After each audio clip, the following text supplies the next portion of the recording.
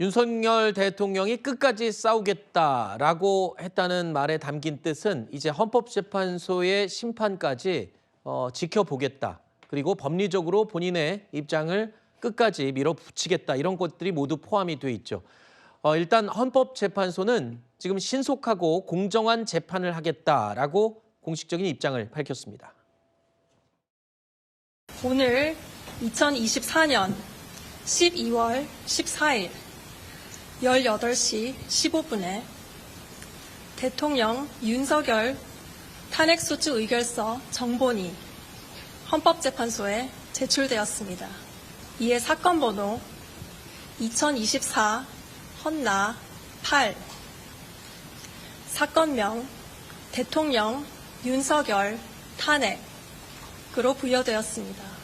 탄핵소추 의결서 접수에 즈음하여 문영배 헌법재판소장 권한대행께서는 신속하고 공정한 재판을 하겠다라고 밝혔습니다. 자, 민주당에서는 헌법재판소를 향해서 가능한 한 신속하고 빠른 시일 안에 심판의 결정을 내려달라, 결론을 내달라라고 요청을 하고 있죠. 그런데 여러 가지 요인들로 인해서 헌법재판소의 최종 심판도 시간이 좀 늘어날 그럴 가능성도 많습니다. 현재 헌법재판관 2명이 내년 4월에 임기 만료로 퇴임을 앞두고 있습니다. 그렇기 때문에 그 전에 오히려 결론을 빨리 내려야 되는 게 아니냐 이런 관측도 나오고 있는데요. 그렇지만 윤 대통령이 직접 출석해서 증언을 하고 변론을 할 경우에는 주요 증인들과 대면할 수도 있고요. 또 증인의 수가 많아질 경우에는 심판 기간이나 또는 재판을 할 수 있는 기간이 더 늘어날 가능성이 없지 않잖아요. 네, 맞습니다. 법조계에서는 대체적으로 그렇지만 좀 빨리 한 2달 안에는 마무리되지 않겠냐. 왜냐하면 그 이야기를 하는 것은 국정 공백이 장기화되는 것에 대해서 헌법재판소 역시 우려를 갖고 있기 때문이다라고 이야기를 하는데요. 저는 개인적으로는 오히려 노무현 전 대통령이나 박근혜 전 대통령보다도 조금 더 길어지지 않을까라고 생각을 합니다. 네. 박근혜 전 대통령의 경우에는 헌법재판소 심리 과정에 있어서는 거의 대응을 하지 않은 부분이 있었는데 윤석열 대통령 같은 경우에는 현재 굉장히 적극적으로 대응하겠다는 의지를 보이고 있고 또 문제는 지금 형사사건이 진행이 되고 있는데 아직 여기에 대해서 여러 사람들이 인신이 구속은 있지만 수사가 완전히 마무리된 것은 아닙니다. 네. 그렇다면 헌법재판소에서도 이 부분들에 대해서 들여다봐야 하는데 지금 진술들이 엇갈리고 있지 않습니까? 네. 곽정근 사령관이라든지 조지호 경찰청장 같은 경우에는 대통령으로부터 뭐 직접 끌어내라 이런 지시 받았다라고 하는데 대통령이 지금까지 국민들에 대한 담화에 있어서는 그런 형태가 아니었다라고 이야기를 하거든요. 그러면 비화폰을 사용을 했었기 때문에 누군가는 거짓말을 하고 있는 것인데 수사 과정에서의 정돈된 결론이 없는 상황에서 헌법재판소의 심리가 시작이 된다면 아하. 여기에 있어서 증인 신청 같은 것을 적극적으로 하면서 오히려 심리 기간이 조금 더 길어질 수도 있겠다. 저는 그렇게 생각합니다. 진짜 그렇군요. 지금 뭐 뒷부분에 우리가 얘기도 하겠지만 김용현 전 국방부 장관의 이 진술 자체가 정확하게 그리고 또 상세히 파악되지 않는다면 이 계엄의 전후 맥락도 뭐 근거가 많이 없기 때문에 물론 영상으로 국회 진입한 영상들 이런 정황적인 건 있지만 그 보이지 않는 곳에서 정말 핵심적인 이 결정적인 증언이나 이런 것들이 만약에 지연이 된다면 네. 헌법재판소의 심판도 지연이 자동적으로 될 수밖에 없다. 여러 가지 지연 요인들이 남아 있는 거군요, 지금. 그렇죠. 일주일에 뭐 2번, 3번씩 심리를 한다고 해도 우리가 뭐 이재명 대표라든지 정치인들의 재판에서 굉장히 길어지는 것 많이 보시지 않았습니까? 그렇죠. 지금 그 상황에서 헌법재판소 재판관 3명에 대한 임명권 자체도 저는 윤석열 대통령 입장에서는 총리가 여기서 임명할 수 있는가 이 절차적인 부분에서부터 문제 제기를 할 가능성이 굉장히 높다고 보는데요. 네. 이런 것들이 절차적인 부분에서부터 시작해서 실체적인 부분들, 진술이 엇갈리는 부분들에 대해서 증인을 신청하고 이것들을 정리하기 위해서는 굉장한 시간이 걸릴 수도 있겠다라는 생각입니다. 네. 그리고 지금 이제 많은 관심을 갖고 있는 부분이 헌법재판관의 이 인원 과 관련된 부분입니다. 현재 헌법재판관은 3명이 공석이죠. 임기가 완료됐지만 아직 채워지지 않아서 6명 6인 체제로 운영이 되고 있습니다. 대통령 파면 결정이 나오려면 6인 체제에서는 6인 전원이 만장일치의 이 판결이 나와야 됩니다. 그런데 지금 보면은 정영식 재판관의 경우는 윤 대통령 지명이기 때문에 한 분만 반대를 할 경우에는 탄핵 심판이 내려지지 않을 기각될 가능성이 높아요. 그렇기 때문에 지금 야당에서는 지금 공석 있는 3명을 빨리 임명을 추진하겠다. 그래서 야당 추천 2명, 국민의힘 1명을 후보자로 지명을 했고 이달 안에 임명을 하겠다고 합니다만 이마저도 또 지명한다고 되는 게 아니라 인사청문회까지 또 거쳐야 되잖아요. 이렇게 되면 제가 또 말씀드리지만 야당은 지금 빨리 뭔가 탄핵이 결정됐으면 하겠지만 시간이 계속 지연될 요소들이 하나씩 둘씩 남아 있습니다. 이미 국회 추천목 3명, 민주당 2명, 국민의힘 1명은 지명을 했고요. 인사청문회 일정도 지금 빠르게 진행을 할 것으로 보여집니다. 그리고 저는 한덕수 국무총 권한대행이 임명할 수 있다고 생각합니다. 왜냐면은 이거는 그 소극적인 인사권이기 때문에 왜냐면 이 헌법재판관 3명에 대한 임명권은 대통령이 마지막에 임명만 할 뿐이지 국회 추천목 3인에 대한 대통령의 의견이 달릴 수가 없습니다. 그냥 형식적인 절차에 불과하고요. 그런 소극적 인사권은 행사될 수 있기 때문에 구인 체제로 충분히 넘어갈 수 있다.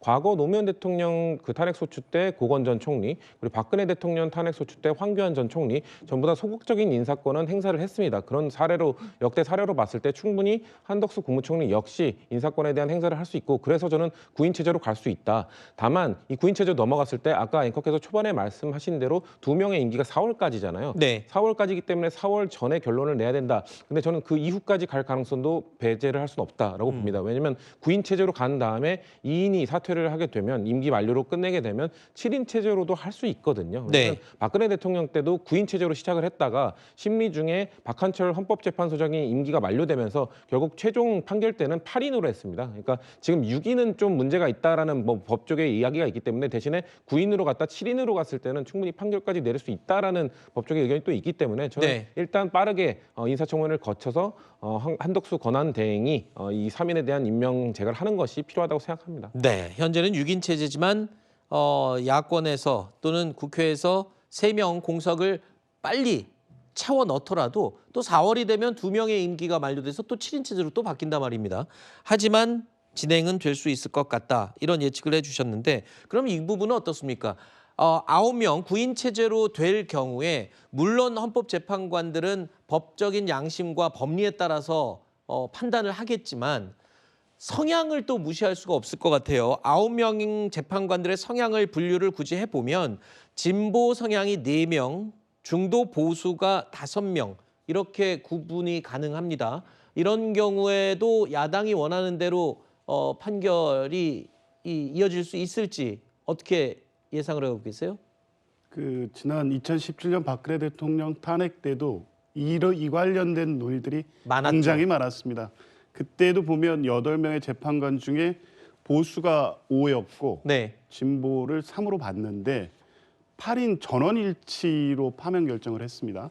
적어도 헌법재판소의 대통령 탄핵이라는 이 결정을 함에 있어서는 재판관들이 성향과 관계없이 네. 대통령의 탄핵 소추 사유의 헌법 위반 여부, 법률 위반의 중대성 이런 부분을 냉정하고 객관적으로 판단할 것으로 기대하고 이 선례가 있기 때문에 이번 역시도 6분이 뭐 할 가능성은 매우 낮습니다만 네. 6분이 하든 아니면 9분이 다 채워져서 최종 심판 결정을 하든 성향에 의해서 결계가 좌우되는 일은 없을 것이다. 그렇게 네. 봅니다. 그렇군요. 자, 윤석열 대통령의 탄핵 심판, 이 헌법재판소에서는 어떤 점을 핵심으로 들여다볼까요?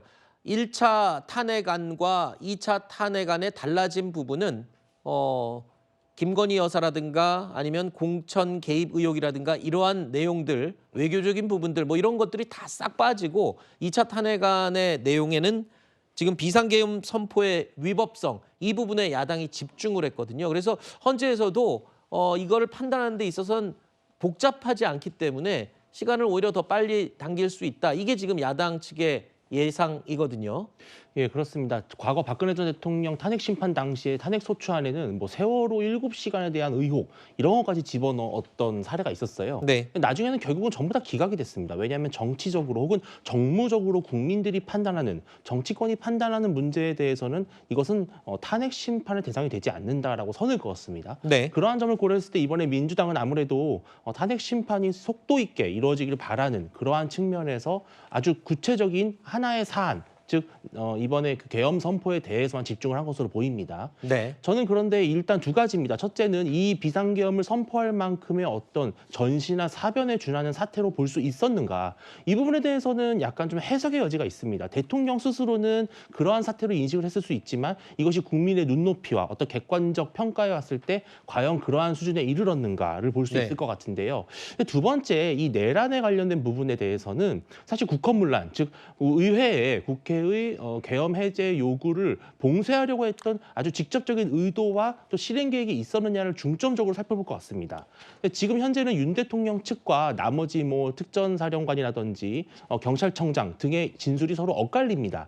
문제는 지금 윤 대통령을 제외한 나머지의 진술은 일관되고 있고 통일성이 있어서 신빙성이 상당히 높아 보이기는 하나 네. 실제로 어떤 대화가 오고 갔는지는 주로 비화폰으로 서로 대화를 나눴을 가능성이 높기 때문에 네. 어떤 물증이 없다라는 점에서 이 재판이 상당히 좀 어려움을 겪을 수 있다는 점이 보입니다. 네. 저는 헌재가 얼마나 윤 대통령의 발언을 신빙성을 줄 것인지 아니면 나머지의 일관된 진술에 더 신빙성을 둬서 물증이 좀 다소 빈약하더라도 내란으로 볼 것인지 이것은 이제 헌재의 앞으로 판단에 달린 일인 것 같습니다. 그런 것까지 다 고려를 한 것이기 때문일까요? 그 김용현 전 국방부 장관이 최근까지는 진술을 적극적으로 하다가 어제 기사들 보니까 더 이상 진술을 하지 않겠다고 버티기 시작해서 검찰 수사가 앞으로 좀 난항을 겪을 가능성도 있다. 이런 예측 기사까지 지금 나오고 있습니다.